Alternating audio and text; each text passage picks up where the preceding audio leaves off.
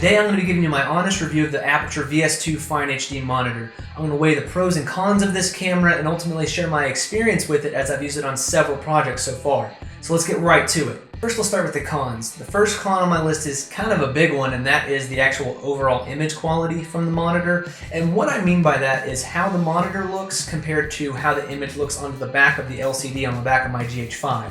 The Aputure monitor has a lot more contrast in the image, and this can result in some very crushed blacks on the monitor itself. So I find myself constantly going back and forth between the monitor and the LCD on the back of my GH5 just to make sure that I'm nailing that exposure. Now the second con on my list comes down to the actual built-in features, and that is the lack of waveform. Now I will go over the features more in my pros list, but it does suck that this does not have waveform built into the monitor. Luckily my GH5 does have it built into the camera, so I can pull up waveform on the small LCD, but I would like to have it on that main monitor up top. If you want waveform on your Aputure monitor, you would have to upgrade to the VS5, which has a lot more professional features on it, one of those being waveform built right into the monitor. My third con on this list is the fact that this monitor is HDMI only. Now, that doesn't affect me at all being a GH5 owner, but if I did want to rent a camera, borrow a camera, or heck, even upgrade down the road to a camera that allows SDI output, I would not be able to use this monitor. I would have to buy a converter or blah, blah, blah, blah. While that is being nitpicky, it is something I would like to have just as an option. And again, the VS5 upgrade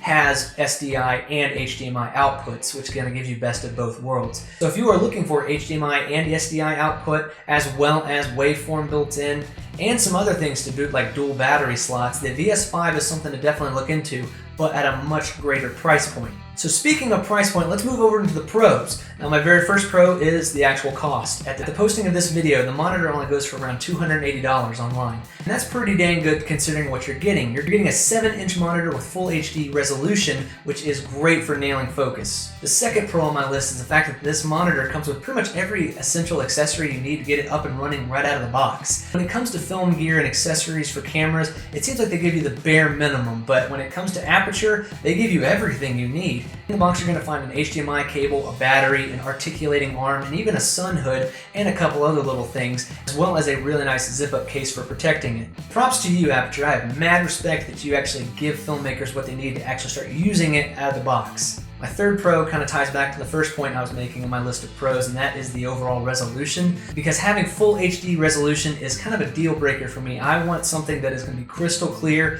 and sharp and is going to help me really nail focus, because there's nothing worse than getting into post and all of a sudden realizing that the shot you thought was great was actually out of focus. And luckily I haven't had that issue yet. There are some really great tools built in this monitor that really help you know you've got that focus down, such as peaking and zoom. Those are two things I found myself using a whole lot because I can punch in, I can turn on peaking, I can use that focus assist feature to really know where my focus is set, especially when you're dealing with very shallow depth of field. And my last pro is all about the functions that come with a monitor at this price point. You get peaking, zoom, zebra, false color, to name a few. This monitor definitely gives you the tools you need to really kind of step up your game. So those are my pros and cons. You know, there are some things I can nitpick about this monitor, but for the money I've paid, I've been nothing but happy, especially with partnering with my GH5. It has been great.